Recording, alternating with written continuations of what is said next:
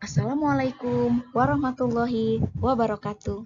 Saya Mercy Tianaga, asal sekolah dari SD Negeri 75 Kerui. Pada kali ini akan membahas mengenai diskusi pada sesi 6 pada mata kuliah Studi Komparatif Pendidikan Dasar di berbagai negara. Kali ini kita akan membahas mengenai bagaimana seorang guru di pendidikan dasar itu bisa berkontribusi dalam mengatasi isu gender dalam lingkungan pendidikan. Nah, sebagai seorang guru, saya menyadari bahwa sekolah merupakan tempat yang paling penting untuk menanamkan nilai-nilai kesetaraan sejak dini. Anak-anak belajar tidak hanya dari apa yang diajarkan, tetapi juga dari bagaimana mereka diperlakukan. Oleh karena itu, saya sebagai seorang guru berupaya menciptakan lingkungan belajar yang inklusif dan bebas dari bias gender, agar setiap siswa, baik laki-laki maupun perempuan, dapat berkembang secara optimal, sesuai dengan potensi mereka masing-masing. Kemudian, ada pun cara untuk mewujudkan lingkungan belajar inklusif dan setara gender, yaitu yang pertama, menciptakan budaya kelas yang menghargai semua siswa. Maksudnya adalah semua siswa diajarkan agar saling menghargai satu sama lain dan tidak memandang jenis kelamin. Yang kedua, mendorong partisipasi aktif dan setara dalam kegiatan kelas. Maksudnya di sini adalah laki-laki dan perempuan memiliki peran yang sama dan tidak dibeda-bedakan. Selanjutnya, mengintegrasikan nilai kesetaraan dan empati dalam pembelajaran. Adapun strategi konkret yang saya terapkan diantaranya adalah ketika pembelajaran itu menggunakan bahasa yang netral dan inklusif, seperti menghindari penggunaan kata-kata yang mengandung stereotip seperti pekerjaan laki dan pekerjaan perempuan. Kemudian pemilihan materi dan contoh yang sensitif gender. Saya berusaha untuk meninjau buku teks atau media pembelajaran agar tidak menampilkan peran gender yang timpang. Kemudian mendorong partisipasi setara di kelas.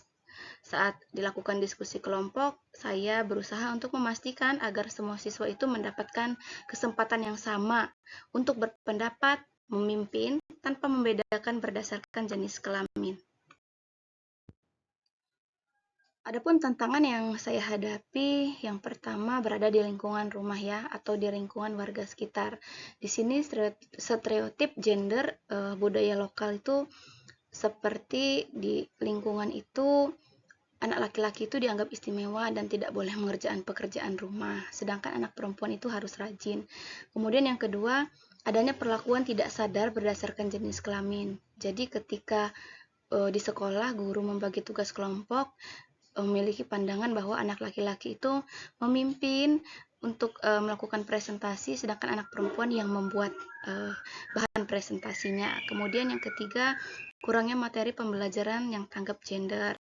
Di sini pada buku teks atau media pembelajaran di sekolah mungkin masih menggunakan contoh yang memperkuat stereotip gender seperti pekerjaan laki-laki sebagai teknisi dan perempuan sebagai koki. Adapun cara mengatasi tantangan yang ada untuk stereotip, yaitu yang pertama adalah dilakukan pelatihan guru tentang sensitivitas gender dan inklusi. Di sini guru diberikan pelatihan singkat untuk menyadari bahwa stereotip gender, evaluasi perlakuan, kemudian dilakukan hal ini agar pembelajaran menjadi inklusif. Selanjutnya adalah pemilihan materi yang ramah gender.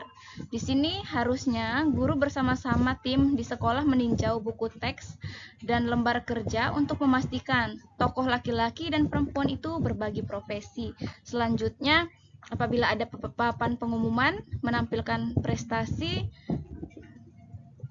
laki-laki dan prestasi perempuan itu secara seimbang.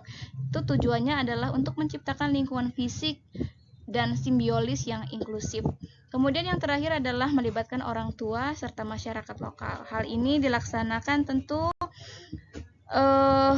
untuk menjelaskan kepada orang tua bagaimana cara mendukung anak tanpa ada atau tanpa membatasi berdasarkan jenis kelamin. Adapun solusi yang harusnya dilakukan adalah yang pertama, guru diberikan pelatihan tentang sensitivitas gender dan inklusi. Kemudian yang kedua, melakukan pemilihan materi yang ramah gender. Hari ini dilakukan oleh guru dan tim sekolah. Dan yang ketiga, menciptakan lingkungan fisik dan simbolis yang inklusif.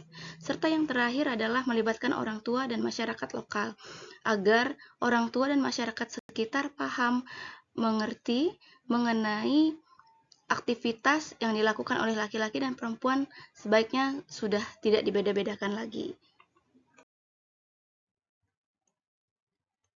Sekian tanggapan dari saya. Terima kasih. Wassalamualaikum warahmatullahi wabarakatuh. Demikian tanggapan saya pada sesi 6. Saya ucapkan terima kasih. Wassalamualaikum warahmatullahi wabarakatuh.